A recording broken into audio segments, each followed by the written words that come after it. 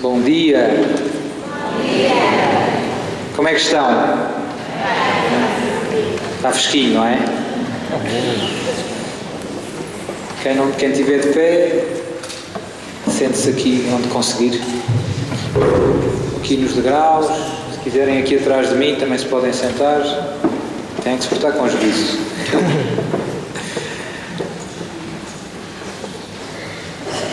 Que bom que estamos aqui todos. Ora bem, vou ler uma pequena passagem da primeira carta de São João, que conhecemos todos muito bem, que é das mais bonitas que a Sagrada Escritura nos oferece. Cada um tem as suas preferências. Foi desta passagem que o Papa tirou o título desta encíclica que ele escreveu: Deus é amor. Deus Caritas Est. E diz-nos o Senhor, pela boca de São João: Caríssimos, amemo-nos uns aos outros, porque o amor vem de Deus. Todo aquele que ama nasceu de Deus e conhece a Deus. Quem não ama não conhece a Deus, porque Deus é amor. Nisto se manifestou o amor de Deus para connosco. Deus enviou o seu Filho unigênito ao mundo, para que por ele tenhamos a vida. Nisto consiste o amor, em não termos sido nós que amamos a Deus, mas em ter sido Ele que nos amou e enviou o seu Filho como vítima de expiação pelos nossos pecados. Caríssimos, se Deus nos amou assim, também nós devemos amar-nos uns aos outros. Ninguém jamais viu a Deus.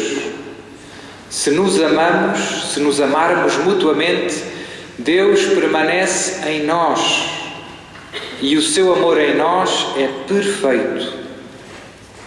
Por isso conhecemos que estamos nele e ele em nós, porque nos comunicou o seu Espírito.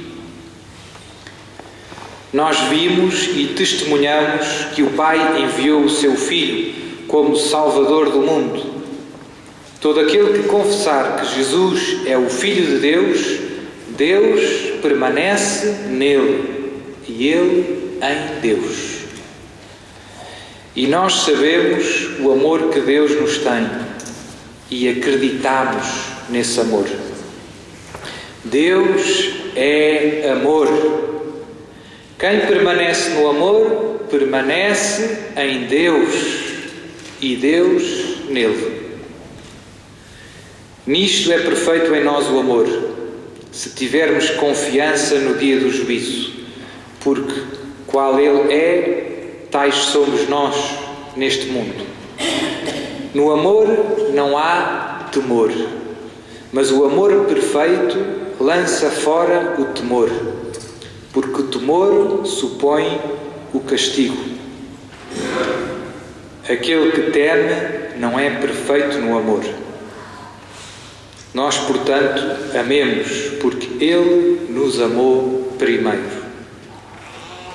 Se alguém disser, eu amo a Deus, e odiar o seu irmão, é um mentiroso.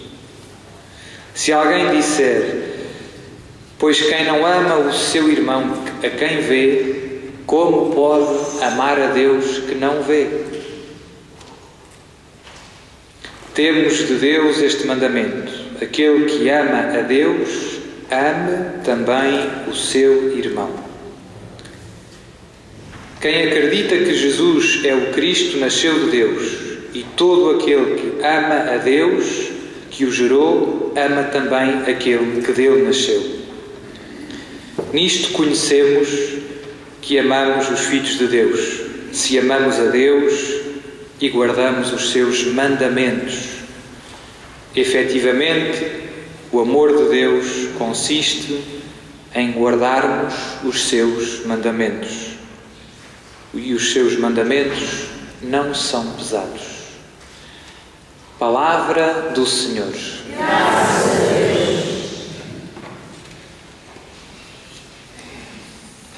Como já disse hoje de manhã, o tema desta catequese é amor, Deus, amor e sexualidade.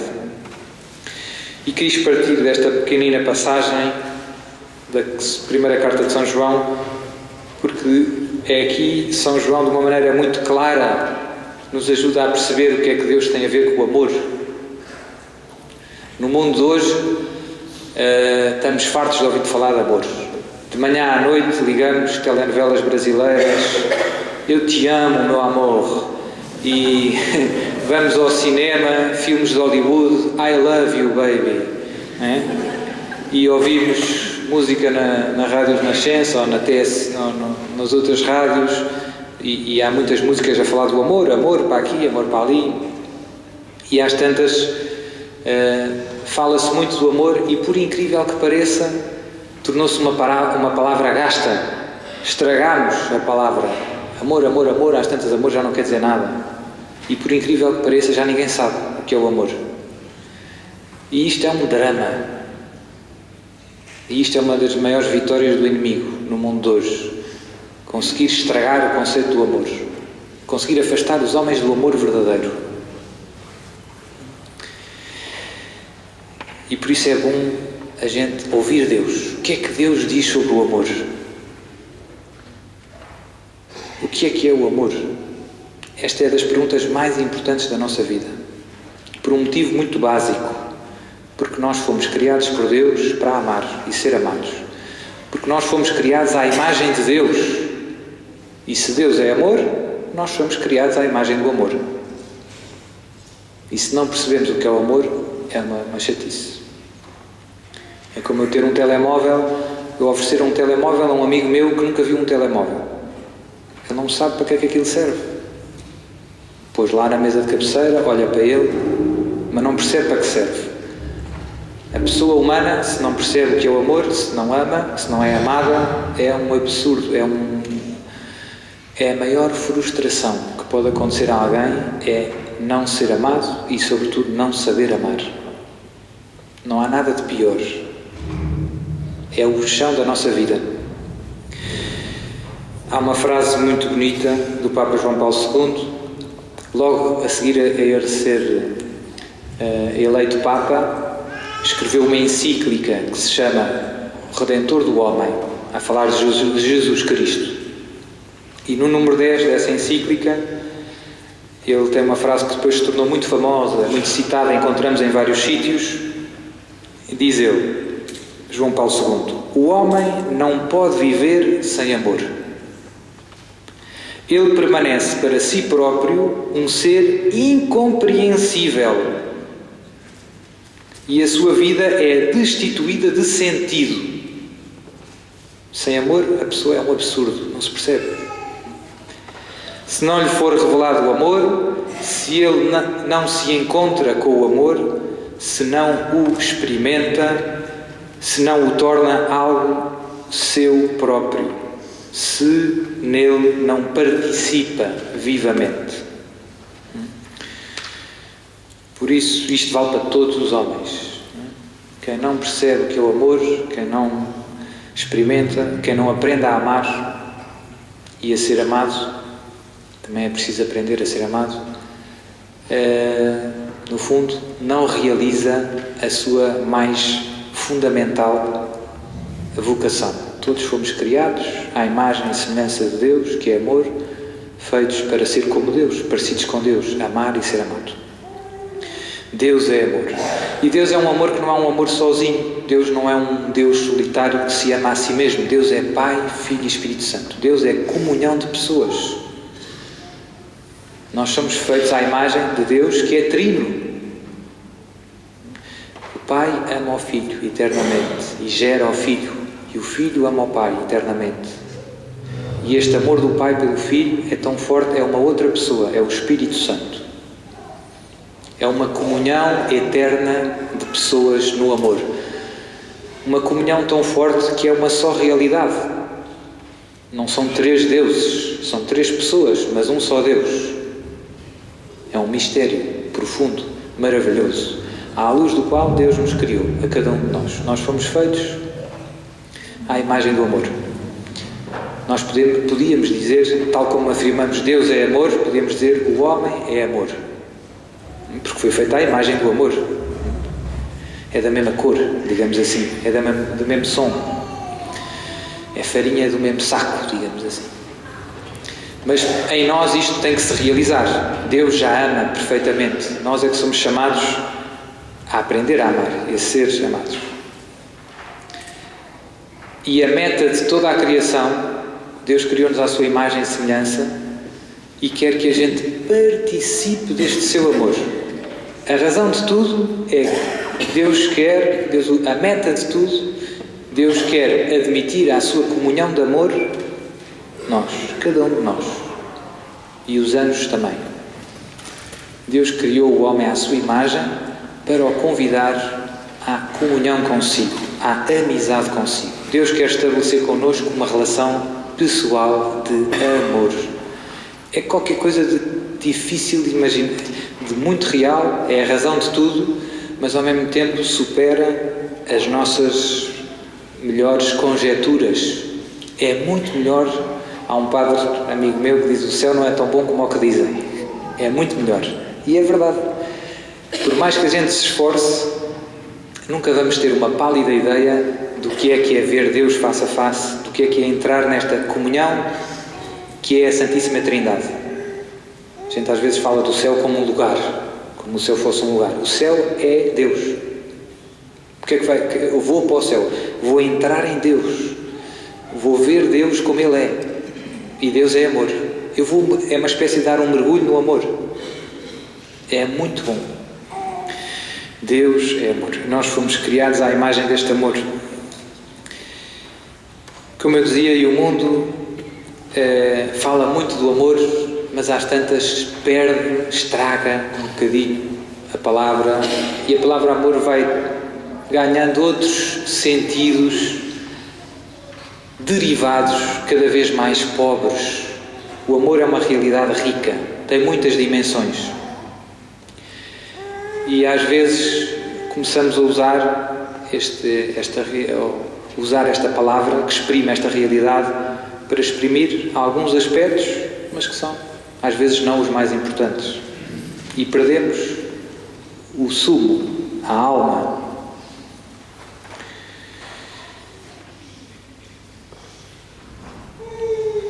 Um dos maiores, vou dividir, isto agora assim um bocadinho mais prático, mais técnico, mas é útil, porque se a gente não divide, se a gente não distingue, às tantas é uma confusão. Tem que ser. Há vários níveis de amor, podemos dizer assim. Há um mais básico, há um que temos, digamos assim, em comum com os animais. Há pessoas que têm um cão, por exemplo, e chamam o cão Snoopy, anda cá. E o Snoopy vem todo contente. E o Snoopy parece que gosta de mim. Todos experimentamos isto, não é? Ou tem um gato, lá vem o patrão. O que é que ele sente por mim? Porque normalmente as pessoas associam muito o amor a um sentimento. Se a gente pedisse às pessoas para definir amor, é um sentimento que a gente tem. Deus tem sentimentos, sim ou não? Sim. Não tem. Sentimentos são próprios das criaturas. Deus é amor. Portanto, se o amor fosse só um sentimento, Deus não podia ser amor. Problema. Os sentimentos, quem é que criou os sentimentos? Foi Deus. Os sentimentos são bons ou maus? Há bons e maus, não é? Mas isto para a gente perceber que também os sentimentos, à partida, por serem sentimentos, não são maus. Depois depende. O facto do Bobby abanar o rabo quando vai ter com o dono e fica todo contente, não é mau. Mas é um sentimento que ele tem. Podíamos chamar a isso um afeto sensível. É como nós temos esses sentimentos. Só que a diferença do Bobby, do gato, do papagaio, do que for, e o amor humano, propriamente, é que ele não percebe.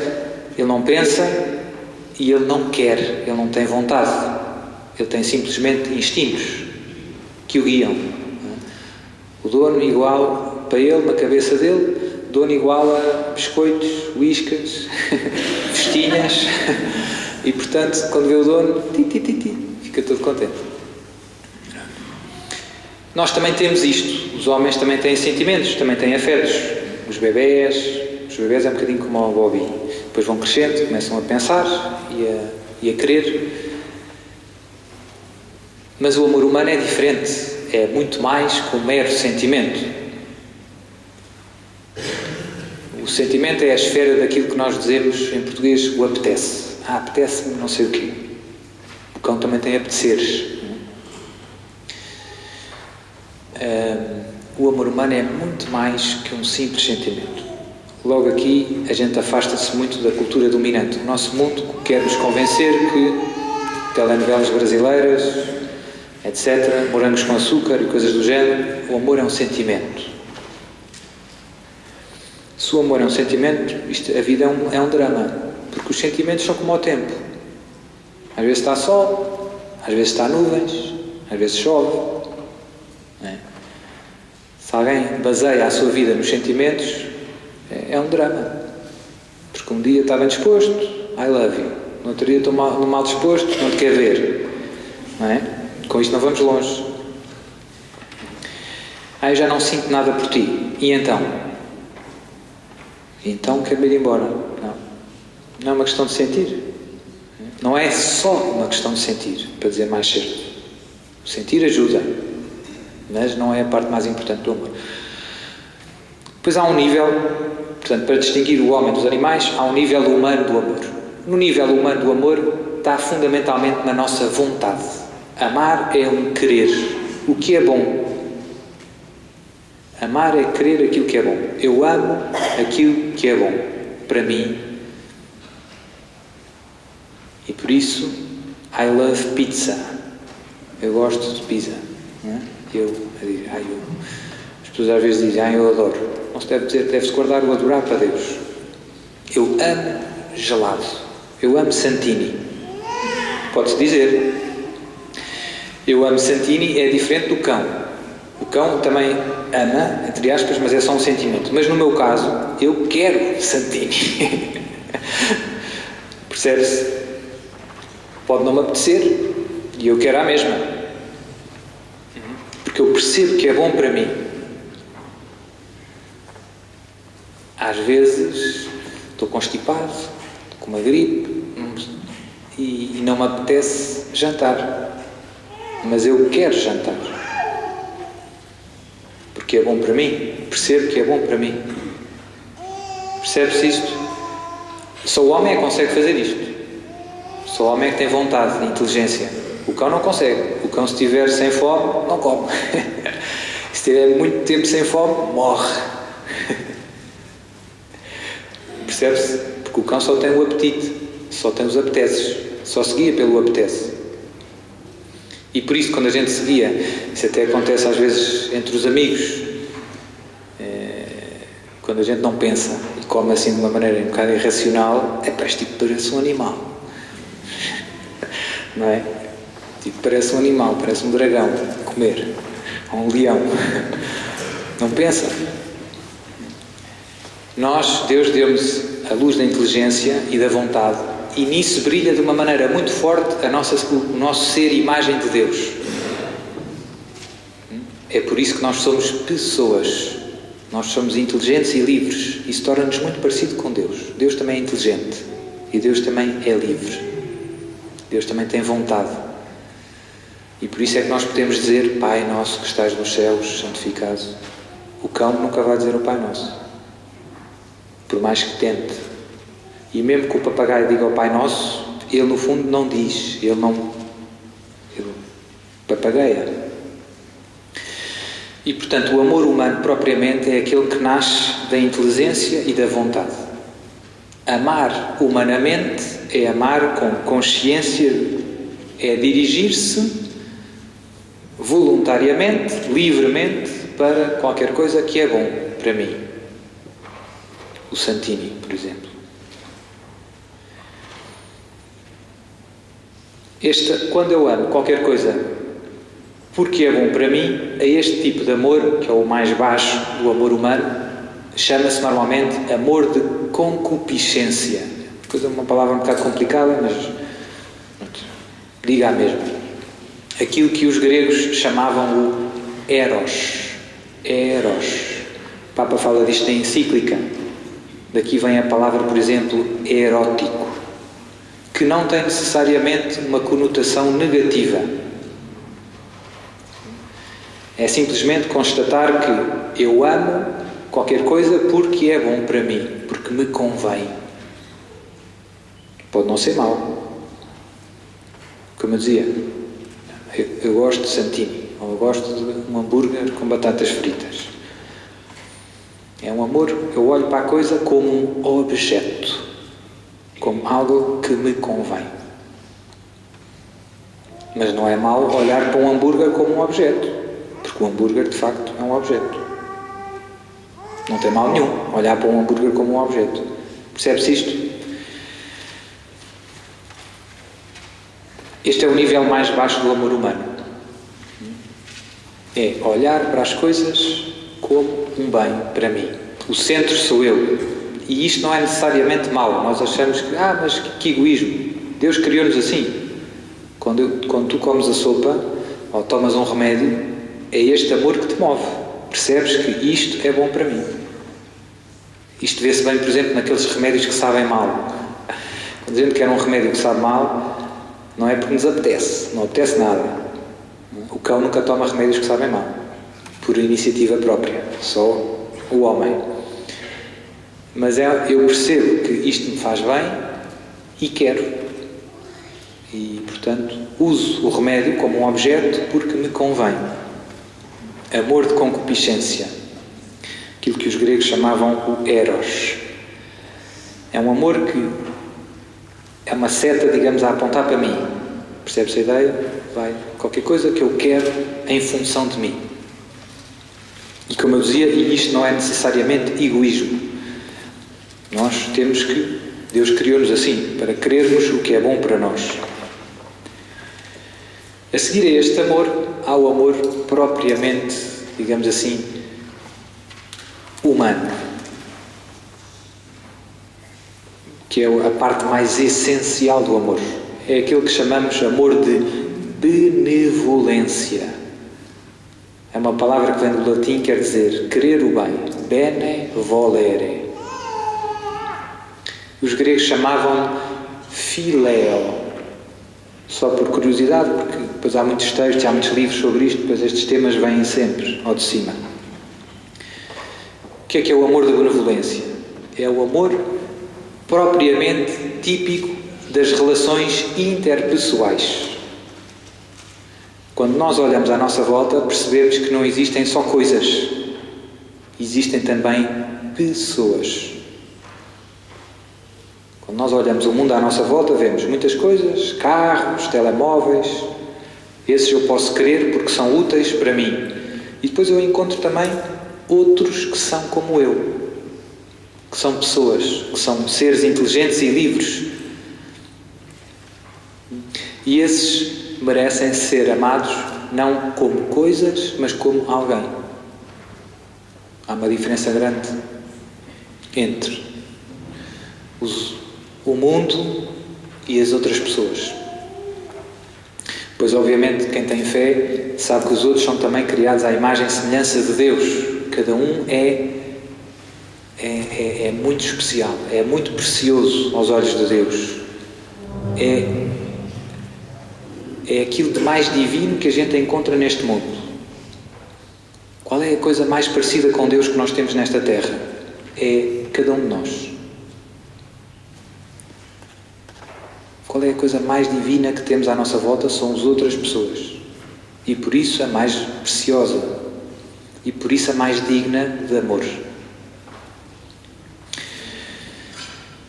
Este amor é um amor que reconhece a dignidade do outro e por isso afirma a pessoa do outro. É olhar para o lado e dizer, é bom que tu existas. E reconhecê-lo como pessoa. Quando nós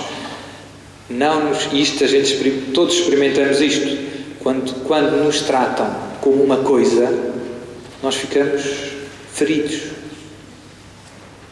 É qualquer coisa a pessoa pede amor, pede que ser reconhecida como pessoa. Depois houve várias experiências na história muito dramáticas, não é?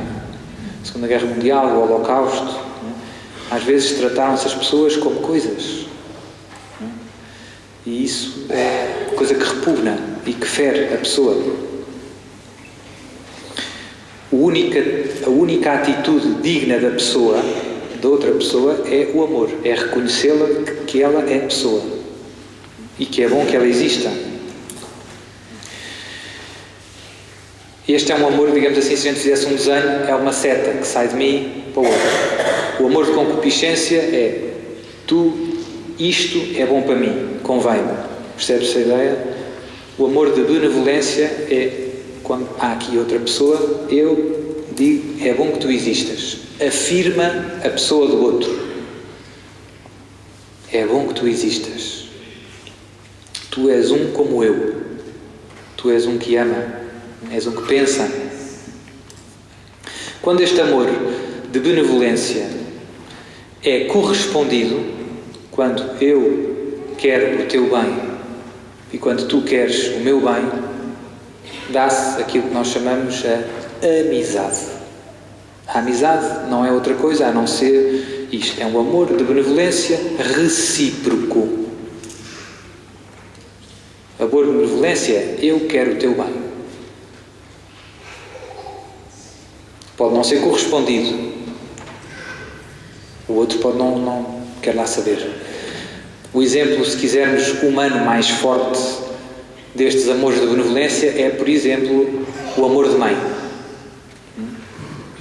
A mãe olha para o filho e quer o bem do filho.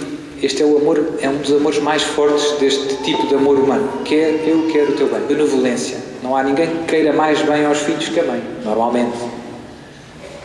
E é muito bonito porque é um amor que não termina nela. Termina mesmo no filho. A mãe fica contente se o filho estiver bem. Eu sou padre, eu só quero é que ele esteja bem. E se for preciso fazer o pino, eu faço o pino. Não é um amor que faz contas. É um amor que afirma a pessoa do outro. Faz sacrifícios, fui trabalhar para ele poder estudar, tirar o curso. É um amor que está centrado no bem da pessoa do outro. No fundo, podíamos dizer, o amor de mãe é, eu quero fazer o meu filho feliz. Este é o amor mais parecido dos amores humanos que eu descrevi, é o mais parecido com o que Deus é. Deus é uma espécie de amor de mãe por cada um de nós. Eu quero é o teu bem. Eu quero é fazer-te feliz. E portanto é um amor que não está centrado sobre si mesmo. Não é o que é que tu tens para me dar. Eu quero é ajudar-te. Ajudar-te desinteressadamente. Quando é correspondido, quando existe reciprocidade, fala-se de amizade. É um amor de benevolência recíproco. Eu quero o teu bem e tu queres o meu bem. E por isso somos amigos. A amizade é isto. Este amor não é incompatível sempre com os outros níveis de amor. Com o amor de concupiscência, com eu quero o meu bem. Não sei se as pessoas... Eu, quando era mais novo, a minha avó tinha umas bonecas russas, daquelas que encaixam umas nas outras. Quem é que já viu isto? Pronto. Mas, sim, não sei, portanto, quem não sabe, mas é assim, umas bonequinhas, que são para aí umas 3 ou 4, que encaixam umas nas outras. Há uma mais pequenina, depois a outra abre-se ao meio, entra lá a outra. São todas iguais, com tamanhos diferentes. E estes níveis do amor, no plano de Deus, são feitos para encaixar-nos nos outros. Deus não quer que a gente jogue fora umas bonecas. O apetecer não é mau. Mas é a boneca mais pequenina. E deve encaixar na outra. Às vezes não encaixa. A gente, se a puser de cabeça para baixo, aquilo não fecha. Tem que a pôr direita. Se encaixar certinha, aí vai tudo bem. Ainda bem que te apetece, mas tens que te apetecer de uma maneira razoável. Amor de concupiscência, que te convenha verdadeiramente. E depois, se tens à frente uma pessoa, isso tem que ser, encaixar numa bonequinha maior, que é o chamado amor de benevolência. Tens que tratar o outro como ele merece, com amor, afirmar a pessoa do outro. O outro não é um gelado, há uma diferença grande. Mas também me dá jeito, ainda bem, mas tratá-lo. Pois às vezes há circunstâncias em que isto está a faísca e aí percebe-se que há qualquer coisa que eu estou a tentar fechar as bonecas, mas qualquer coisa que não falha. Exemplo, às vezes eu acho que tenho um amigo, não é? Ou 2 amigos que acham que são amigos. Há um que tirou a carta, tem um carro todo novo e tal, e são muito amigos, conheceram-se lá na universidade e tal. O outro ainda não tinha carta, e pronto, e muito amigos, e falam de vão ao Sporting, vão ao Benfica, etc, etc, etc. E de repente o outro, a coisa complicou-se, teve um desastre, estragou o carro, e depois chumbou, o outro passou para o ano para a frente, e nunca mais nada. Percebes? E aí, no fundo, às vezes vem ao de cima que aquilo que parecia uma amizade, que parecia um amor de benevolência, eu quero o teu bem, que no fundo era apenas um amor de concupiscência, era eu quero o meu bem. Aquele amigo, entre aspas, que não tinha o carro, no fundo, só queria o seu bem. Olhava para o outro como? O que é que tu tens para me dar? Queria lá saber se ele chumbou ou não, se ele partiu o carro ou não. Enquanto ele tinha carro e lhe dava boleia, somos amigos. Percebe-se? Isto, no fundo, não havia amor de benevolência. Havia só interesse, aquilo que nós dizemos. É um interesseiro, na linguagem. Não é mau pensarmos em nós. Agora, obviamente, eu só posso ser amigo, mas eu nem posso aceitar a boleia. Porque não é mau pensarmos em nós. É mau só, né? E sobretudo não tratar o outro como alguém que eu uso, não como alguém que eu afirmo, que eu ajudo. Eu não estava interessado, no fundo, na felicidade dele, nem no custo dele, nem que ele arranje o carro, não é? Eu estava só preocupado com como é que eu chego às aulas. Percebe-se? Nós fazemos isto às vezes com tantas coisas. No trabalho, em casa. E isso estraga as relações humanas. Porque o amor que é próprio entre as pessoas é o amor de benevolência. O telemóvel eu posso tratar assim. Mas as pessoas não. O telemóvel eu posso usar. Usar, estragou-se, vai para o lixo. Não é pecado tentar, quer dizer, no sentido de estragou-se, se não tem conserto, é uma coisa, eu posso usar. Mas as pessoas não. As pessoas não podem ser simplesmente usadas. As pessoas devem ser amadas. Há uma frase que resume bem como é que estas 2 bonequinhas encaixam. As coisas usam-se e as pessoas amam-se. Não devemos amar as coisas nem usar as pessoas. As coisas usam-se e as pessoas amam-se. Quando nós amamos as coisas, isto dá origem a um vício que se chama a avareza. Aquelas pessoas que vivem para as coisas. Gosta mais do carro que a mulher. Sábado, cera no carro, limpar os vidros e tal, lavar as jantes. Jorge, vem almoçar. Não vem. Gasta o dinheiro todo no carro. Isto pode acontecer, às vezes. Portanto, o nosso coração está centrado. É um erro, é uma coisa um bocado de criança. Mas a gente às vezes põe a nossa felicidade em coisas que, no fundo, são bens aparentes. Parece que me vai fazer feliz, mas, no fundo, espremido, é um engano. Dentro do amor da amizade existem também vários níveis, existem várias amizades, podemos dizer assim. Há a amizade mais normal, esta que eu dizia, querer o teu bem, mas há alguns tipos de amor que são amizades especiais. Estamos sempre a subir, digamos assim. E dentro do amor de amizade há um muito especial, que é muito parecido com o que Deus é. É ser mesmo parecidíssimo. Que é o chamado amor conjugal. Amor conjugal. Que é o amor que é próprio dos esposos. É um amor muito especial. Não é só um amor de amizade. Não é só eu quero o teu bem e tu queres o meu bem. Somos amigos. Tem algumas características que o tornam único. Quais é que são? É um amor oblativo. É um amor que uma pessoa se oferece à outra. Eu também faço isso com os meus amigos. Sim, mas não é exatamente na mesma dimensão. O amor conjugal é um amor de totalidade. Eu ofereço à minha esposa e a esposa ao marido toda a minha vida. Eu não faço isso com os meus amigos. Eu não digo aos meus amigos, eu ofereço-te a minha vida toda. Mas à esposa, sim. E o casamento é isto.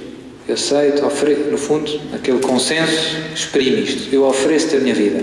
Maria, eu ofereço-te a minha vida. Manela, eu ofereço tudo o que sou. Corpo e alma. Corpo e alma. E esta totalidade inclui a intimidade, que não é só a questão de intimidade sexual, é a intimidade, é aquilo que vai cá dentro mais profundo. E é um amor também fecundo. É um amor que dá vida. Não é só fecundo de bebés, mas gera vida. E isto, por isso é que eu dizia, este tipo de amor é um amor muito, muito parecido, é uma boa fotocópia do que é Deus. Porque Deus é um amor oblativo, é um amor que se dá totalmente, que se dá todo, sem guardar nada. Na cruz, Jesus deu-se por cada um de nós, pela sua Igreja. Na carta aos Efésios, capítulo 5, São Paulo fala do amor de Cristo pela Igreja como um amor do tipo esponsal. Agora não vou desenvolver. Mas Cristo deu-se pela sua Igreja como o noivo se dá à noiva. Percebe-se? É um amor íntimo, é um amor fecundo, é um amor oblativo. Deus também é um amor oblativo. O Pai dá-se tudo ao Filho, o Filho dá-se tudo ao Pai, sem reservas, sem mas, sem condições, tudo. E é um amor que é fecundo. Esta oblação recíproca do Pai pelo Filho, na Santíssima Trindade, gera uma terceira pessoa, gera o Espírito Santo. E no casal, o marido dá-se tudo à mulher e a mulher tudo ao marido, e depois acordam às 2 da manhã para ir dar de mamar. Percebe-se? É um amor que dá a vida. É um amor que é fecundo. É muito bonito. Não é por acaso que no Antigo Testamento, quando Deus, através dos profetas, abana ao povo a dizer: cuidado, malta, estamos a desviar-nos do caminho, usa muito a imagem do adultério, porque o adultério coloca-nos perante o amor humano mais elevado, que é o amor do matrimónio, que é, digamos assim, atraiçoado. Assim como o adultério é mau, também vocês deviam mamar, estão a cometer adultério em relação a mim, em relação à aliança. Portanto, o amor conjugal, qual é o pressuposto de Deus querer usar esta imagem? É que o amor conjugal é a realidade humana que melhor exprime a natureza do amor. Ou uma das realidades humanas que melhor exprime a natureza do amor. Pois há outras coisas muito bonitas. Os dois já não serão dois, mas são uma só carne. É muito bonito porque a Trindade, o que é que acontece? O Pai, o Filho e o Espírito Santo não são 3 deuses, são um só Deus. O amor gera uma comunhão. No caso de Deus, é uma única substância. E no matrimónio acontece isto. Quando alguém se dá em matrimónio a outra pessoa e o outro a outro, já não são dois. São dois, mas não são dois. São três, mas não são três. São três pessoas, mas é um só Deus. São duas pessoas, mas é uma só realidade, humana e espiritual. É maravilhoso. E por isso o casamento o amor conjugal é das realidades que melhor exprime o que é o amor de Deus, quando é bem vivido, obviamente. Não é o único, há outros também, por exemplo, o amor celibatário, que é diferente. As pessoas têm muita dificuldade na cultura em que vivemos em perceber qual é a diferença entre um religioso, um padre e um solteiro. A diferença é enorme. O padre não é só alguém que não vive sozinho. Entre o padre, entre o amor que existe no coração do padre, ou de uma freira, ou de um frade, e o amor de um solteiro, e o amor de um casal, o padre está muito parecido com o casal, ou a irmã. Porque é um amor também oblativo, também fecundo, de outra maneira, também total. Demos a vida toda, corpo e alma, a alguém. Jesus de Nazaré. Parecido com o casamento. Temos filhos de outra maneira, não é? Mas é muito parecido. Não é tão diferente como isso. Ser um solteirão é bem diferente. Muitas vezes é sinónimo exatamente do oposto. Só penso em mim, só quero viver em mim, não tenho nada a dar aos outros. Há pessoas que só sabem receber. O que é que tu tens para me dar? O que é que tu tens para me dar? É exatamente o oposto do amor. Percebe-se? E depois há pessoas que são solteiras, não com maldade, mas não se deram a ninguém ainda. Não se deram a ninguém. Por motivos vários. O amor consagrado, Jesus fala disto também. Há aqueles que nasceram eunucos e há aqueles que se fizeram eunucos por amor do reino dos céus. Aqueles que ofereceram a vida toda a Jesus.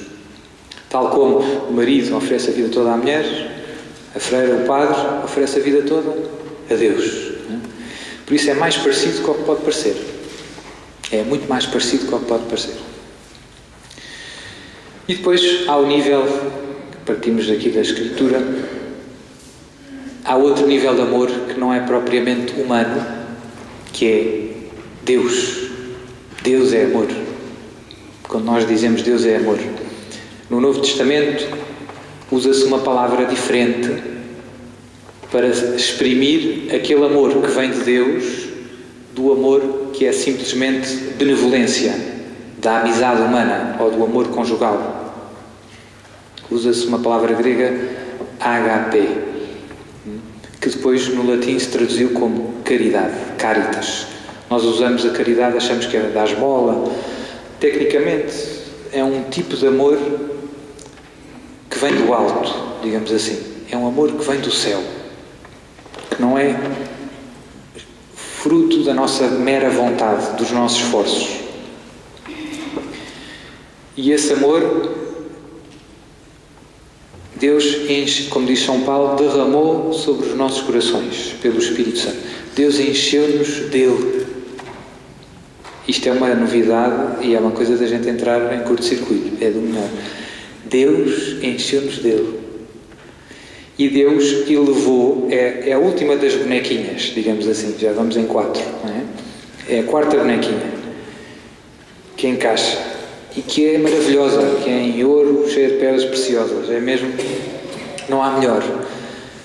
E esse amor que é Deus eleva todos os outros amores, quer dizer, encaixam todos, mas eleva-os a um nível que humanamente era impossível chegar lá. O amor de Deus enche-nos dele. E aqui, nós, eu uso sempre imagens muito humanas. Imaginem um telemóvel, dá para carregar, dá para falar 4 horas. quando está carregado.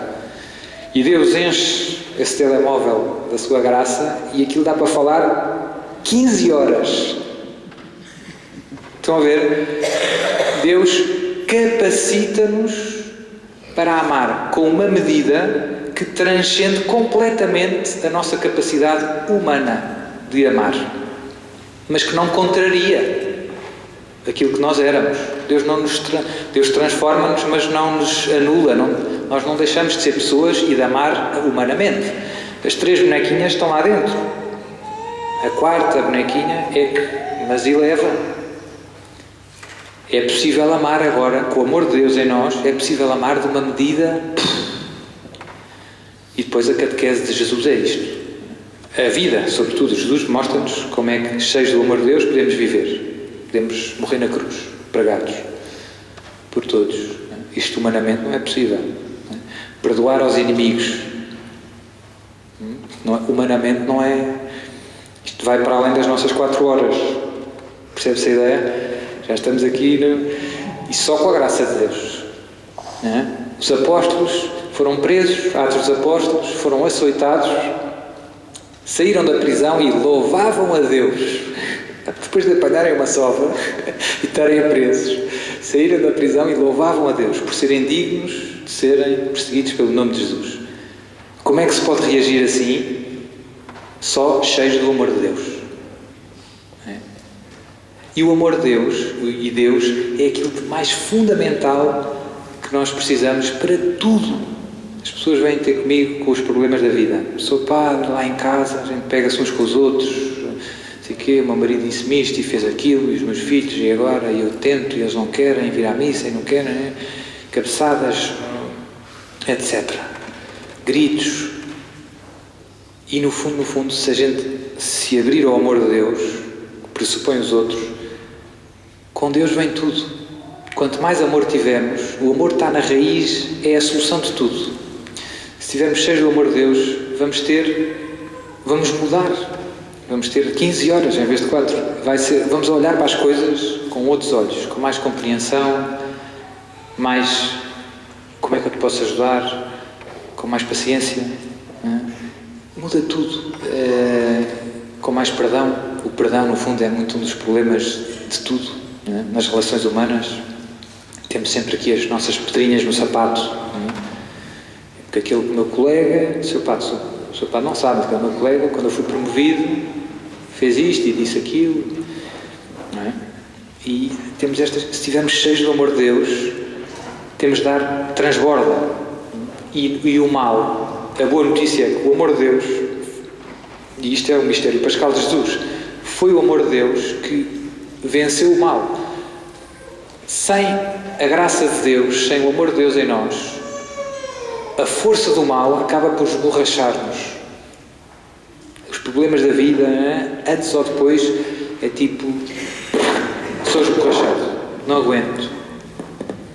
E com o amor de Deus, o mal não tem o mal, por muito que seja, o amor de Deus chega e sobra para dar a volta. E foi isso que aconteceu na cruz. Jesus. O mal, por muito... Não está aqui, está ali. O mal, por muito que seja... E na cruz houve bastante, não é? Jesus foi cuspido, pregado, abandonado, etc, etc. O mal, por muito que seja, não tem a última palavra. Quando estamos cheios do amor de Deus, a situação mais desesperada, não tem a última palavra. O amor vence. O amor vence. O que é que isto tem a ver com a sexualidade? Seu padre, esse discurso é muito bonito, muito interessante, mas isso não tem nada a ver com a sexualidade. Tem tudo. Tem muito mais do que pode parecer. Um dos maiores problemas da cultura do nosso momento, o mundo em que vivemos, é o ter conseguido desligar 3 realidades que estão intimamente relacionadas entre si no plano de Deus. Quais é que são essas realidades? Por um lado, o amor conjugal, que eu tive a explicar até agora. Por outro lado, a transmissão da vida. E por outro lado, o uso da sexualidade. São 3 realidades que estão relacionadas entre elas e que, no mundo atual, nós encontramos separadas. O amor conjugal, ninguém sabe o que é, nem se fala disso. A transmissão da vida, para a cultura em que vivemos, é um problema médico, simplesmente. Procriação artificial, mas não sabe quem é o pai, e então? É indiferente, é um problema médico. A transmissão da vida não tem a ver com a família, nem com o amor conjugal. É um problema técnico, simplesmente. E, portanto, temos 1001 aberrações. E a última é o uso da sexualidade humana. Esse aí, então, ainda está cada vez mais descontextualizado. Percebe-se esta ideia? O uso da sexualidade humana no mundo em que vivemos. Sexualidade, sexo, é uma espécie de um desporto. Uma coisa que é divertida e que ninguém tem nada a ver com isso. E pronto. E não é preciso estar casado, não é preciso ter filhos, né? Sexo sem filhos, portanto não tem nada a ver com a transmissão da vida e não tem nada a ver com o amor conjugal. Fazes com os teus amigos, fazes com os teus colegas, fazes com quem quiseres. Fazes sozinho, filmes, revistas, etc. A pessoa vai a uma bomba de gasolina e tem que ver o que não quer. Não é? Quer comprar uma pastilha e ao lado tem mulheres nuas e em todo o lado. Não é? As crianças de 5 anos vão a uma bomba de gasolina e coitados, não é? E isto agora ainda está pior com a história da educação sexual. Que o Estado usurpa o papel dos pais e diz: eu é que ensino às crianças o que é bom para elas nesta matéria. Mas a ideia que eu queria sublinhar é que o mundo atual separa estas realidades. O amor conjugal não tem nada a ver com o uso da sexualidade e não tem nada a ver com a transmissão da vida. São coisas, são esferas que não se tocam no mundo atual. E aqui está a raiz do problema. Isto é uma grande mentira. A transmissão da vida tem tudo a ver com o amor conjugal. O amor conjugal, como eu dizia há bocado, é o único amor que tem uma propriedade muito divina, que é o ser fecundo. O amor conjugal é um amor pela sua natureza fecundo. É um amor que dá vida.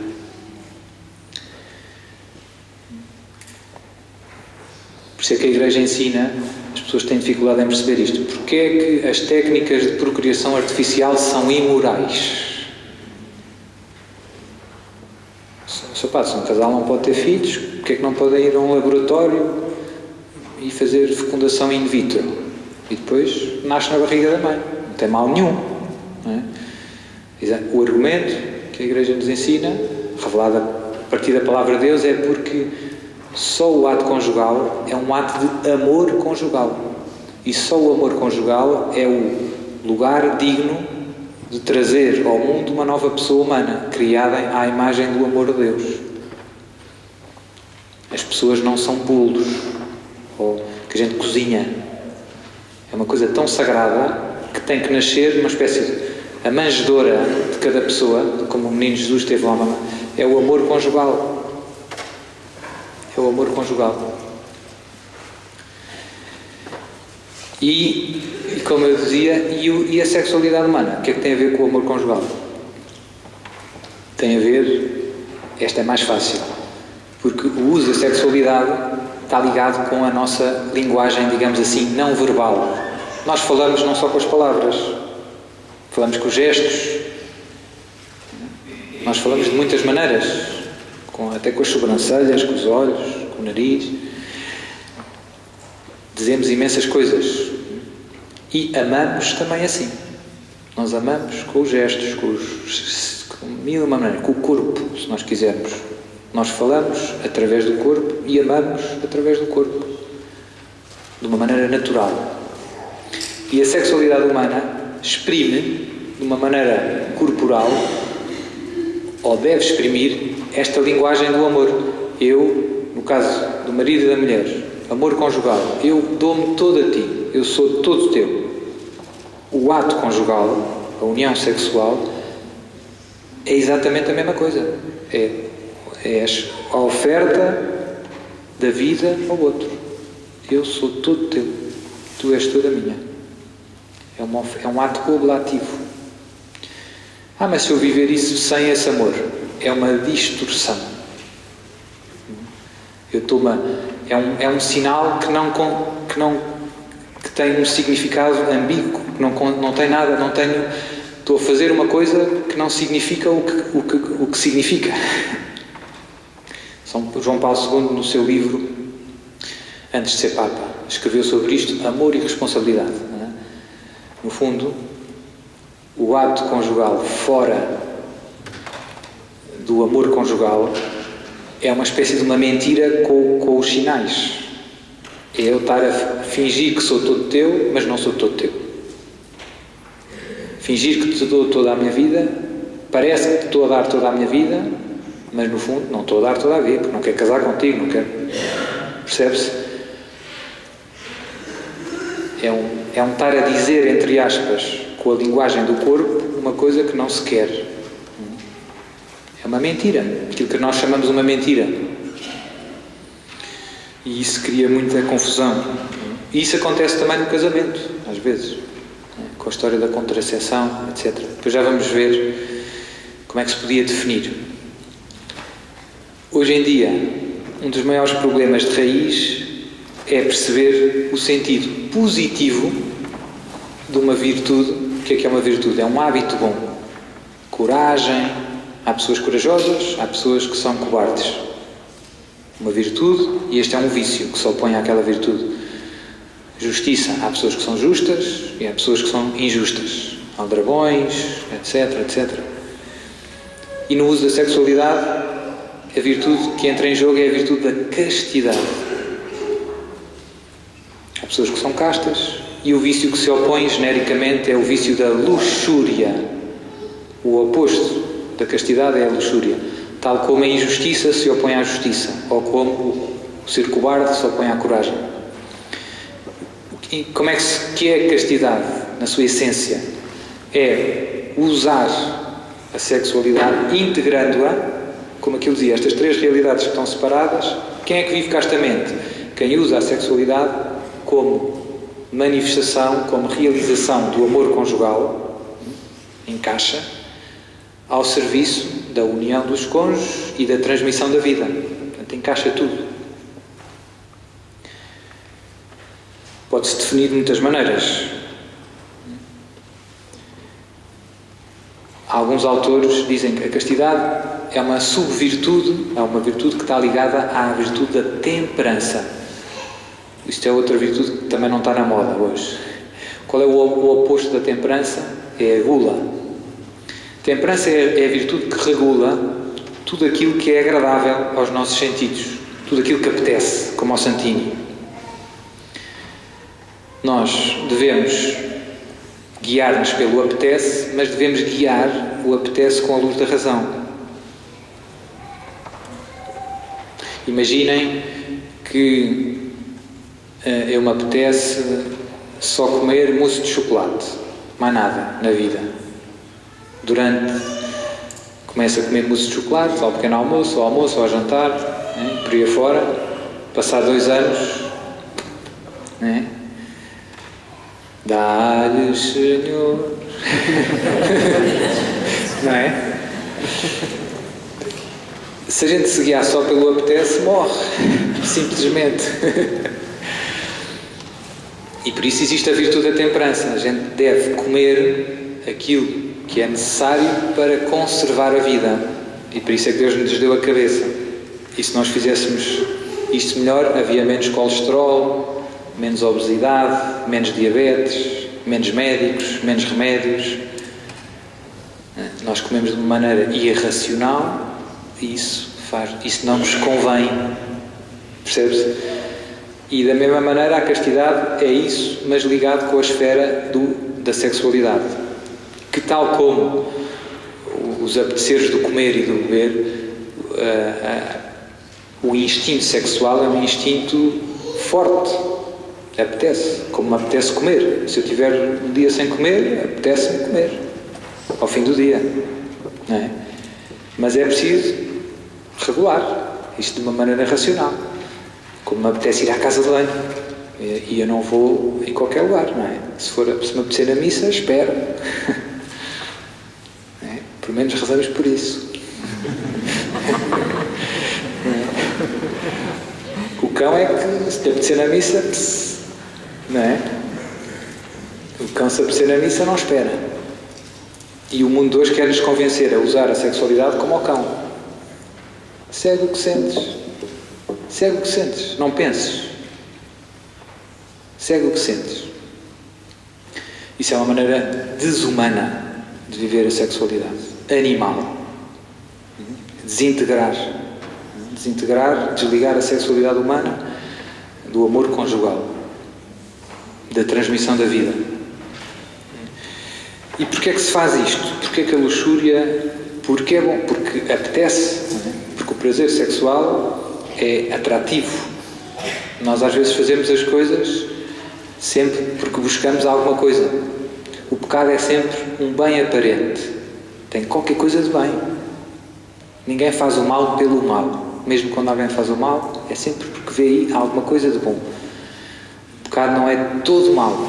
Tem qualquer coisa de bom, mas tem lá no meio uma dinamite. Bum! O prazer sexual em si mesmo não é mau. Foi Deus que fez. Tal como a vontade de comer não é má. Mas tem que ser regulada.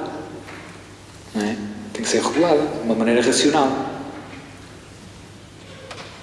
Senão é o caos total. Senão eu morro. Senão, em vez de conservar a vida, destruo a vida.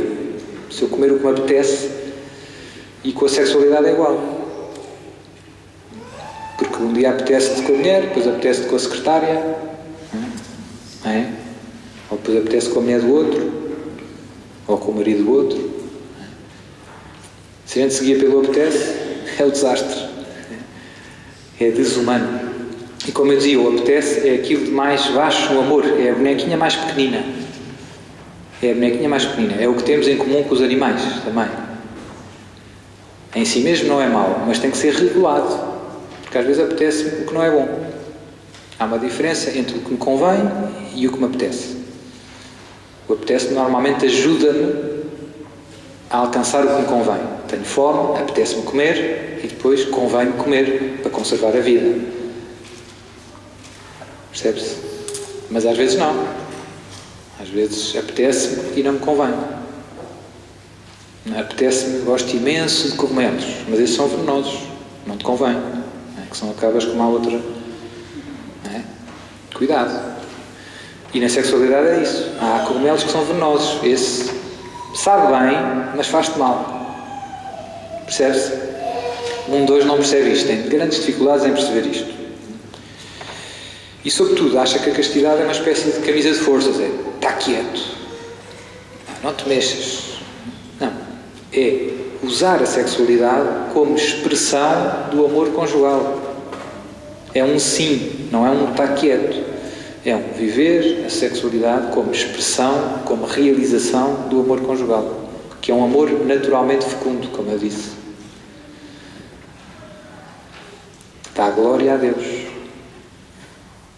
Portanto, é uma flor, eu costumo comparar a castidade a uma flor bonita, que deita um bom perfume, mas muito delicada. Tem que se ter cuidado. Tem que se ter cuidado. Porque se se trata bem, se se rega, se tiram ervas daninhas, deita um bom perfume e é uma maravilha. Se não se tem cuidado, facilmente caem as pétalas, perde o perfume, se corrompe. É uma coisa que está muito ligada à nossa capacidade de amar e ser amado. A sexualidade humana, no plano de Deus, está muito perto. Está muito perto. Quem não vive a castidade, a maior consequência que acontece, quem cai na luxúria, destrói a capacidade humana de amar e de ser amado. Porque, no fundo, começa a olhar para os outros como um objeto. Percebe-se? Quando não se vive a castidade, rebenta-se com a capacidade humana de amar, que é a pior coisa que nos pode acontecer. Não saber amar, nem ser amado. Olhar para os outros, não saber já olhar para os outros como uma pessoa, eu quero o teu bem, eu quero te fazer feliz, pessoas que caem na luxúria já só olham para os outros como um objeto. O que é que tu tens para me dar? O que é que tu tens para me dar? Quando a minha mulher estiver gordinha e feinha, procuro uma brasileira de 15 anos. Isto é o que dá a luxúria. Olho para os outros como um objeto.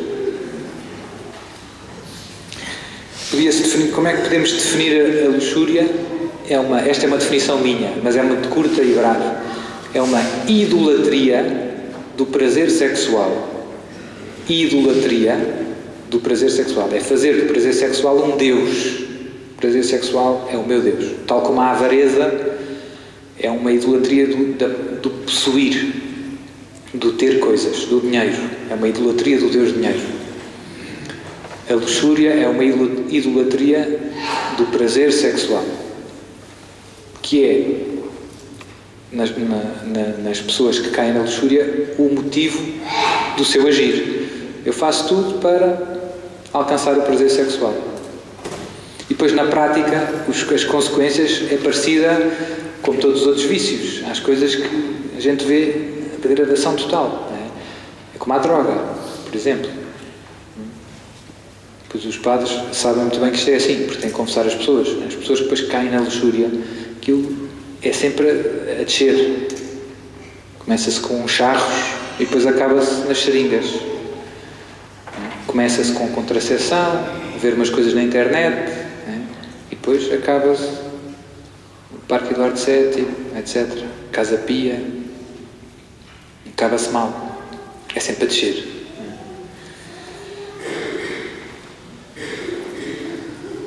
Antes de morrer, a Beata Jacinta, aqui na Estrela,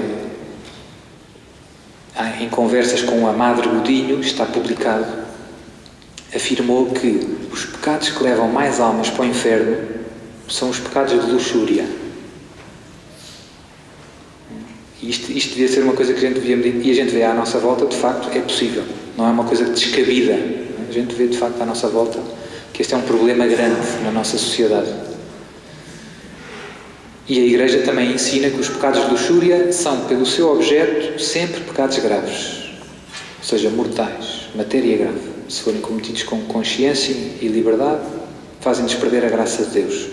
Por aquilo que eu dizia, porque o uso da sexualidade está muito relacionado com a nossa capacidade de amar.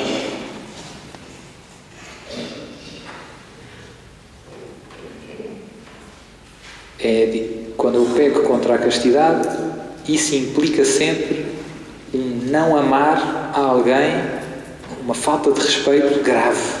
Percebe-se a ideia? Quando eu peco contra a castidade, isso implica sempre uma falta de respeito grave a alguém. Não dá para faltar pouco ao respeito. Portanto, é mau. É veneno.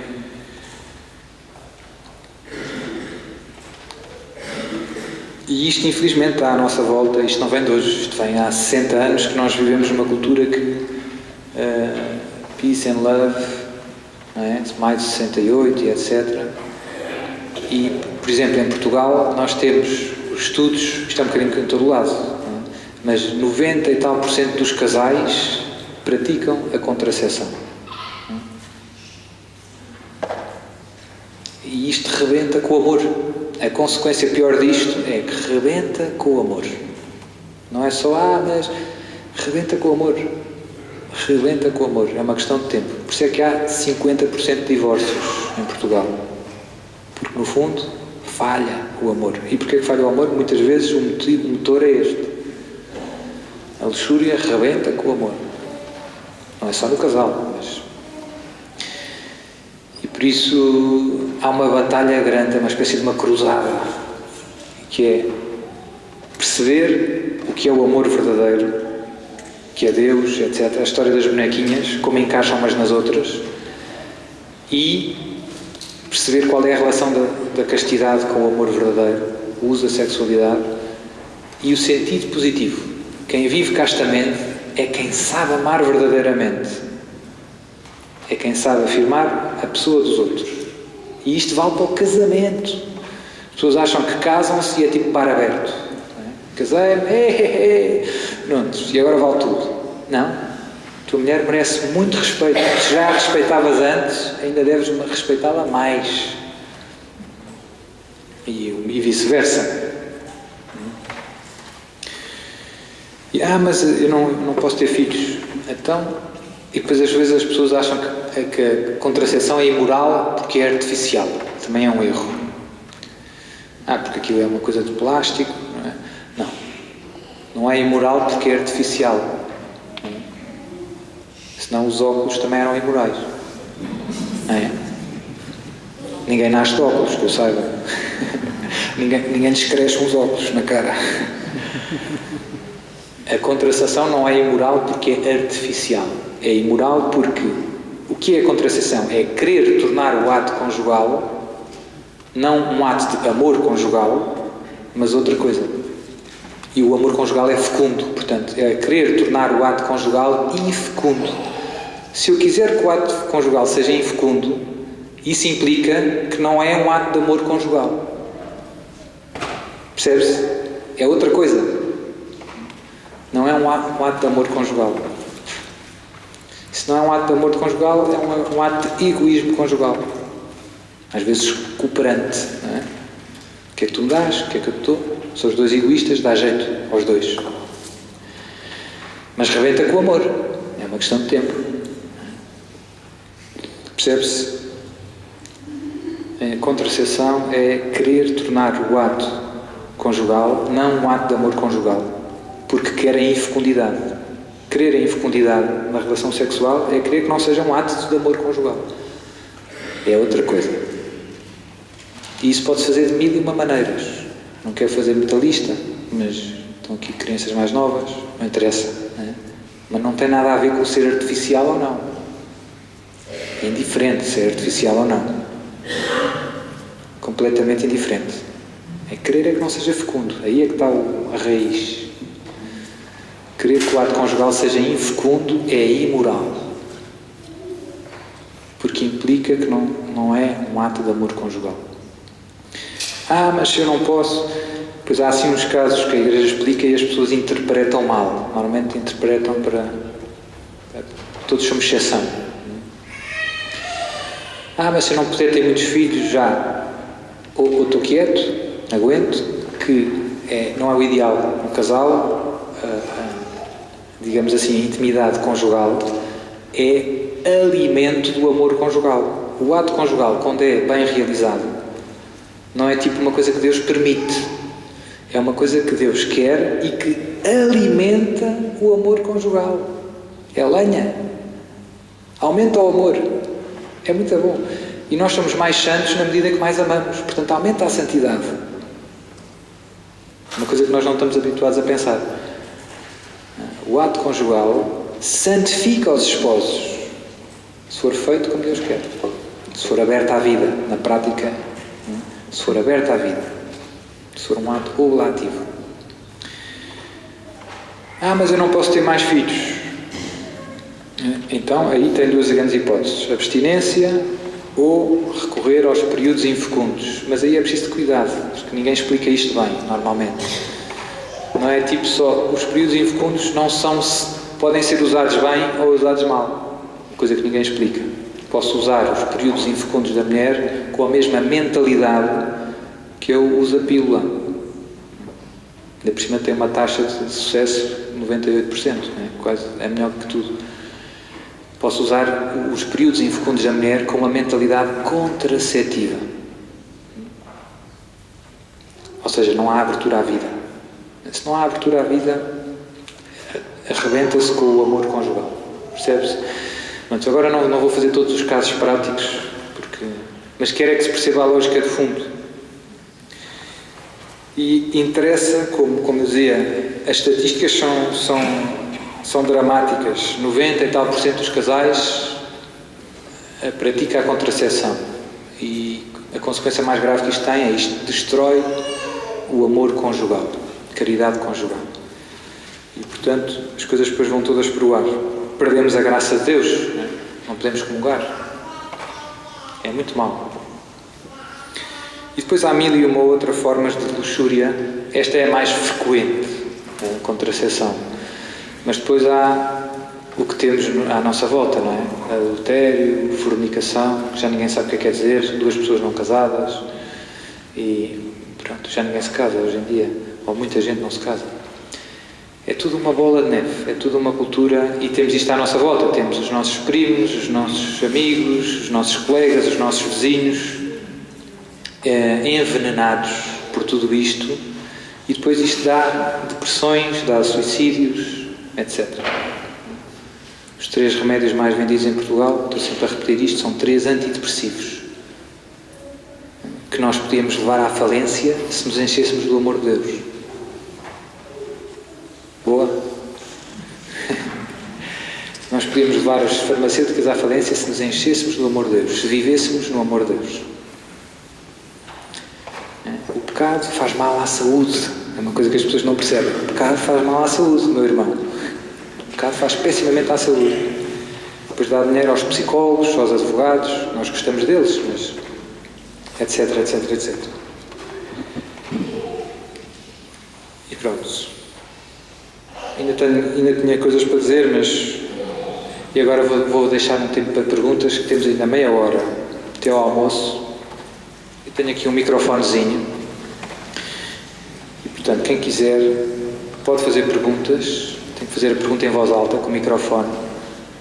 E pode fazer perguntas do que quiser. Pode ser sobre isto, pode ser sobre outros temas, mas preferência coisas religiosas. Mais bom dia. Alto. Está a ouvir?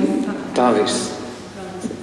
Eu acho que, como católica e como médica, é bom fazer a junção das 2 coisas, da parte científica e da parte cristã. Portanto, obviamente adorei as suas palavras, mas isto não está a passar muito bem. Se calhar desligou aí o coisinho, não?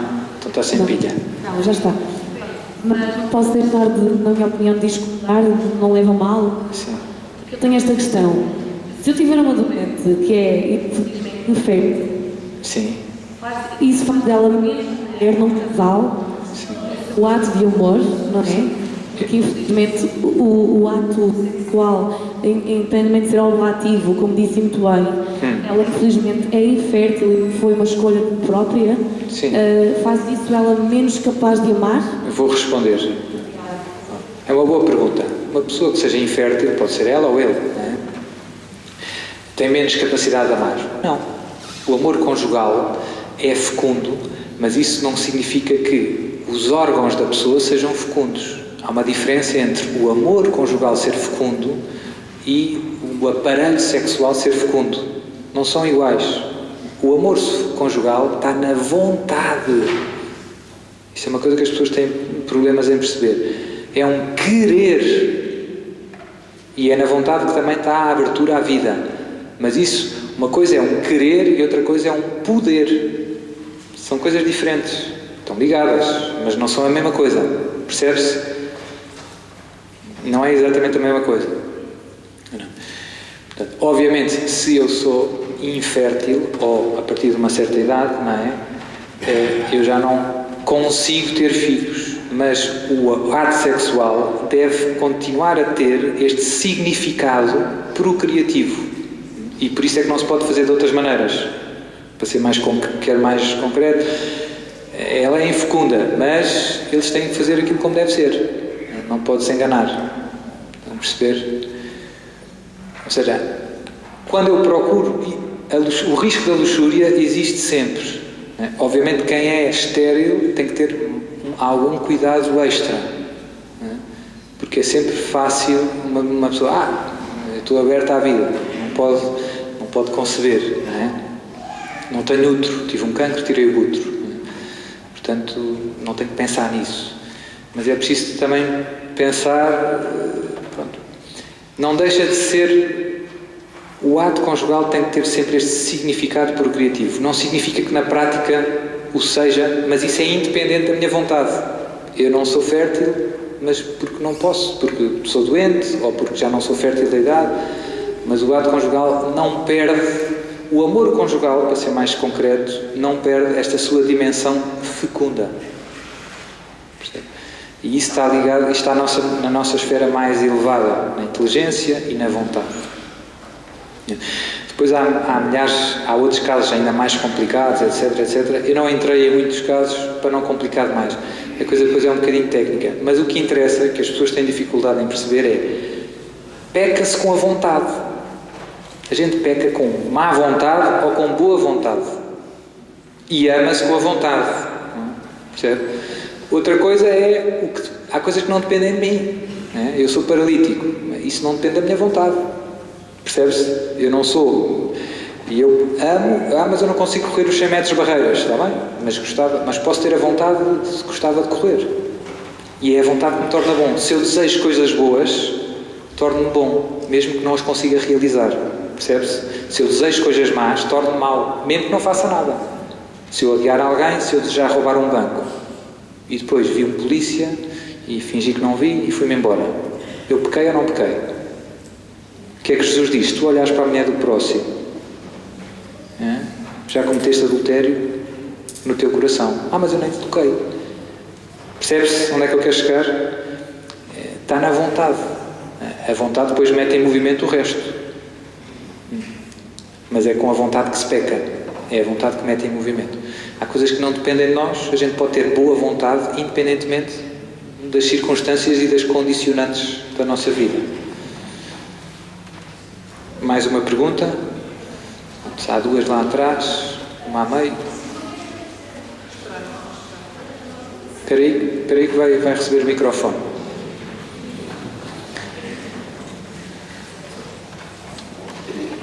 Durante a nossa vida, todos nós, 90%, usamos os contraceptivos. Sim. Mesmo frequentando sempre a igreja todos os dias, não temos salvação, vamos todos para o inferno. Como é que Deus vê isto? Isso é como todos os outros pecados. Todos os pecados podemos confessar-nos e arrepender-nos. Se não nos arrependermos, para cometer um pecado grave são precisas 3 condições. Fazer uma coisa grave, ter consciência de que é grave e ter liberdade de fazê-lo querendo, com vontade. Por exemplo, se eu for a guiar um carro e passa uma criança a correr, sai de um quintal atrás de uma bola e eu atropelar a criança, ficou esmagada e morreu. Eu matei a criança ou não? Tenho que me confessar? No meu caso concreto, eu tenho 58 anos, tenho 2 filhos, portanto, nesta fase da minha vida já não posso ser fértil, mas durante a minha vida pretendi só ter 2 filhos e durante muitos anos imitei como toda a gente. Como é que Deus vai me absolver? Vou para o céu, vou para o inferno por isso? Vou-te explicar. Pronto. Como é que eu vou ter arrependimento agora nesta fase pelo passado? Porque foi consciente, eu fiz uma coisa consciente com toda a gente. Pronto. Então, isto vale para todos os pecados graves, não vale só para alguns. Os pecados graves que cometemos para que Deus nos perdoe, a contracepção é um pecado grave, contra o 6º mandamento. Não sou eu que digo, é Deus que diz. E a Igreja repete há 2000 anos a mesma coisa. Está na Bíblia, na Bíblia não está contracepção, está no Catecismo. Na Bíblia está, por exemplo, nos vícios em que São Paulo mete os pecados que excluem do reino de Deus. Carta aos Coríntios, carta aos Gálatas. São Paulo usa várias palavras para falar dos pecados, das várias formas de luxúria, concretamente 4 termos em grego, que eu não vos vou dizer para não confundir muito. Mas a ideia é, ele diz, aqueles, os idólatras, os injustos, os adúlteros, os fornicadores, não herdarão o reino dos céus. Percebe-se esta ideia? Portanto, é a palavra de Deus que as formas de luxúria impedem de entrar na vida eterna. E isto está congruente com aquilo que dizia a Beata Jacinta, são os pecados que levam mais almas para o inferno. Para nos arrepender, e se eu roubei, ou se eu cometi a idolatria, ou se eu fiz qualquer um destes pecados graves, como é que eu faço para ir para o céu? Primeiro, é preciso arrepender-me. Isso é decisivo. Eu posso confessar o pecado de boca, mas não estar arrependido no coração. Percebes a ideia? E isso não serve de nada. Cometo mais um pecado, um sacrilégio. Aproximo da confissão sem uma disposição fundamental. Eu não estou arrependido, estou a dizer, mas no fundo não estou arrependido. Portanto, a primeira coisa mais decisiva é o arrependimento. Então, e se eu disser, mas eu não estou arrependido, então reze a Jesus para te dar arrependimento. Eu não percebo qual é o mal, então estuda a palavra de Deus, lê o catecismo, lê a Bíblia, e se quiser mais bibliografia, tenho muita bibliografia sobre estes temas. Portanto, tentar perceber o que é que Deus disse, porque é que Deus disse isto, qual é a lógica, e depois pedir a Deus a graça de um arrependimento. De facto, eu fiz isto assim, ou vivi isto assim, mas Deus não queria isto. Isto acontece a todos nós em vários âmbitos da nossa vida, não é só neste. Há coisas que fizemos porque achávamos que eram boas e afinal o tempo foi passando, ou às tantas o Senhor, vamos a um retiro, vamos a um encontro, vamos a qualquer coisa, alguém nos abre os olhos e diz, olha, afinal é grave ir à bruxa, é grave acreditar nos horóscopos e nas sinas. Não sabia. Então, agora já sabes. Então estou arrependido, confesso, percebes? É como tudo, vale para tudo. Eu tenho uma segunda questão a pôr. No caso do amor, falou no início que o ser humano não pode viver sem amor, porque sem amor pode levar à solidão, e isso, portanto, acabamos por ser objetos e não feitos à imagem e semelhança de Deus. Se uma pessoa saudável não pode viver sem amor, eu pergunto, no caso dos doentes, principalmente aqueles que estão acamados, que já não conseguem ter esperança de viver e por vezes são abandonados pelas famílias, apenas recebem os bens das pessoas que lhes dão um sorriso emprestado por caridade, como é que essas pessoas podem viver num dia, para elas um dia é um século, a noite é um século, e vivem isoladas de tudo e de todos? Muito bem. Como é que se pode ajudar estas pessoas a defrontar-se com estes problemas? Concordo. Há pessoas que estão acamadas durante muitos anos e nós que andamos por fora. Já percebi a pergunta. Posso falar? Poder ajudar essas pessoas. Pronto. Agora depois pode devolver o microfone. As pessoas que estão acamadas e que estão a sofrer e que estão nos últimos dias de vida ou não, ou que estão em estado vegetativo ou não, etc. É muito dura a experiência delas. Como é que elas podem viver sem amor? A tentação, hoje em dia também no mundo hoje, é a história da eutanásia. Mais vale morrer do que continuar a sofrer. Mais matamos para abreviar o sofrimento. Esta é uma resposta errada, porque matar é sempre um ato gravemente injusto. Se uma pessoa for morta, obviamente ela não peca, a não ser que ela queira morrer. Seria um ato de suicídio, digamos assim, assistido. Mas a outra que a matou tornou-se injusta, e os injustos não herdarão o reino dos céus. Matar é sempre gravemente injusto. Não posso matar. Não matarás, quinto mandamento. Mas concordo completamente consigo que não é cristão, não é humano, não acompanhar com o nosso amor quem está em profundo sofrimento. Jesus disse-nos, o segredo para salvar o mundo, para mudar o mundo, é levar a boa nova, e a boa nova é que Deus é amor, e amar. No fundo, Deus convida-nos a levar a palavra de Deus e a amar.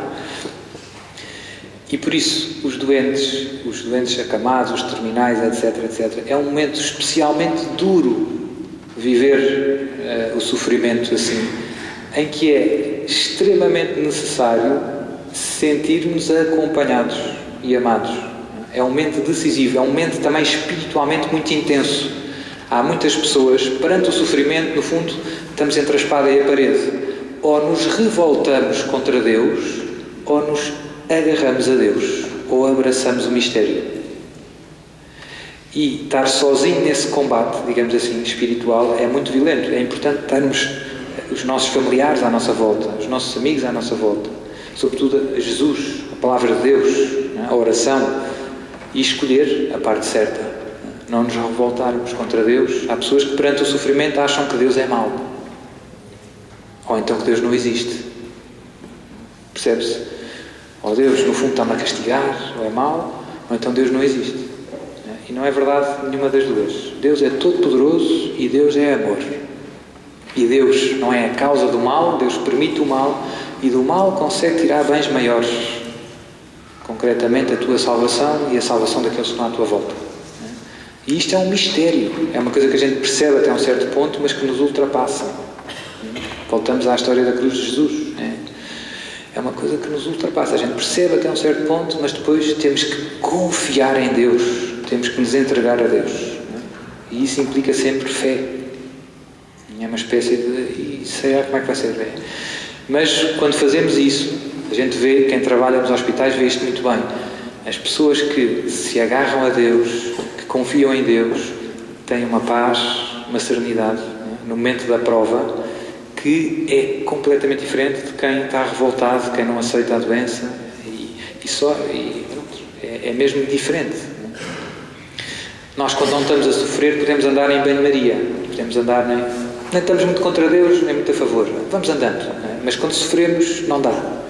Essa opção vai ao ar. Ou me revolto, ou me agarro. Não é? Está mais aqui uma senhora aqui à frente.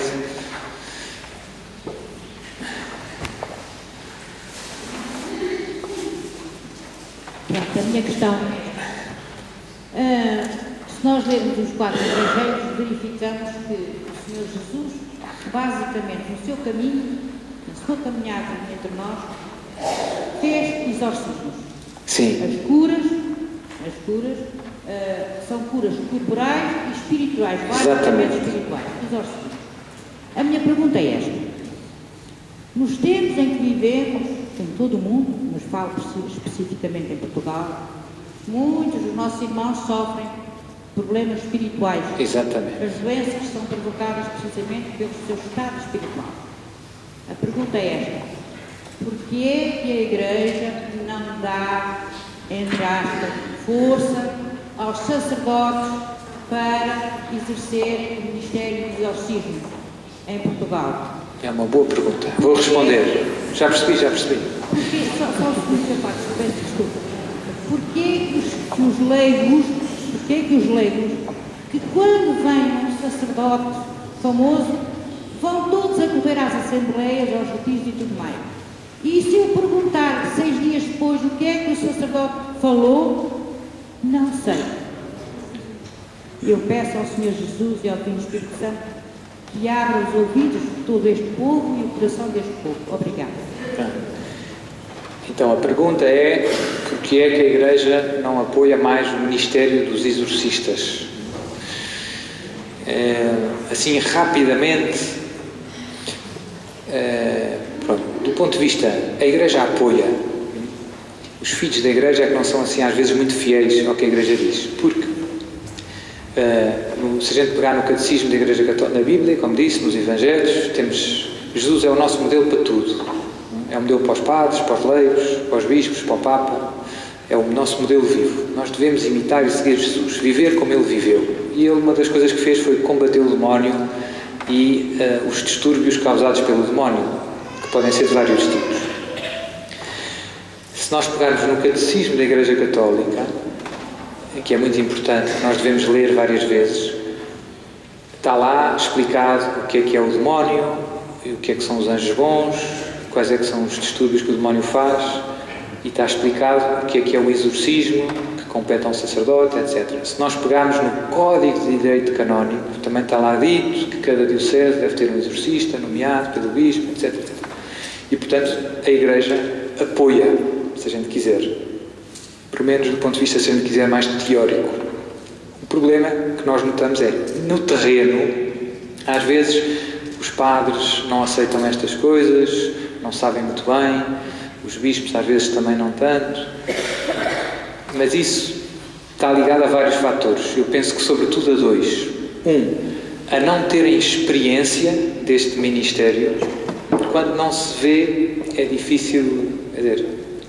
E outro é um problema, no fundo, um bocado mais de fé, digamos assim, que tem a ver com a nossa cultura, sobretudo a Europa, a partir do século XVII, entrou num certo racionalismo, a partir do iluminismo, etc, século XVII, XVIII, XIX, e isso entrou também na teologia. E então tende-se a interpretar as palavras de Deus, às vezes com critérios demasiado racionais, no mau sentido. Tudo aquilo que são milagres ou coisas estranhas de Jesus foi uma invenção dos apóstolos ou dos evangelistas. É uma coisa redacional. Os anjos, por exemplo, há alguns exegetas que dizem que os anjos não existem, são só figuras de estilo para dizer que Deus está próximo. Percebe-se a ideia? Isso entrou e fez algum sucesso, digamos assim, espalhou-se também nos seminários, nas universidades, e então confunde muita gente. Mas, como eu digo, se a gente lesse o catecismo, estava lá tudo bem explicadinho. Se a gente conhecesse o código, a Igreja continuou sempre fiel a ensinar o que está certo. Mas entrou um certo racionalismo, portanto, há alguns exegetas, alguns teólogos que dizem uns disparates. Temos que rezar mais uns terços. E depois, aliado a isto, há um problema prático de que abandonou-se este ministério, e isto era um ministério em que tipicamente se aprendia com a experiência, em que os novos exorcistas acompanhavam os exorcistas mais velhos, aprendiam fazendo, digamos assim. Não é tanto como... Quer dizer, não dá para pegar tanto no livro e portanto, ou se faz e ou se vê fazer, ou se não se faz, já ninguém sabe como é que é. E o terceiro aspecto que também eu penso que condiciona muito isto, há padres, e graças a Deus penso que são a maioria, e bispos que acreditam que o demónio existe e que acreditam que às vezes que há casos de possessão, mas acham que são muito, muito raros. Isto é um facto que acontece muito. Acham que é tipo 1 em 1 milhão. De vez em quando lá venham. E infelizmente não é assim. Infelizmente não é assim. A porta de entrada destes distúrbios está ligada aos pecados contra a virtude da religião, que é outra virtude. Hoje falamos da castidade, que tem sobretudo, são as formas de superstição, que são sobretudo as formas de adivinhação e as formas de magia. Quando a gente entra na adivinhação e na magia, está a pedir ajuda a forças ocultas para conhecer coisas desconhecidas ou conseguir determinados efeitos, e esta atitude da vontade implica, uma má vontade, implica sempre um certo pacto com o demónio. Estou a pedir ajuda a alguém que me ajuda a saber coisas desconhecidas ou a conseguir coisas. E não é a Jesus que eu estou a pedir ajuda, nem a Deus, percebes? É uma espécie de concorrência. E é por aí que vêm os distúrbios, e depois há pessoas que têm distúrbios que vão para além das simples tentações, que são distúrbios que se manifestam fisicamente, que não têm explicação médica. As pessoas penso que muitos já sabem, eu sou exorcista. E há grandes pessoas que eu recebo que passaram anos e anos em hospitais, têm dossiês deste tamanho, de exames médicos, taques, endoscopias, etc, e que não têm nada do ponto de vista clínico, não têm diagnóstico clínico. Em alguns casos, são os próprios médicos que dizem: olha, a medicina não tem mais explicações, o melhor é procurar outras coisas.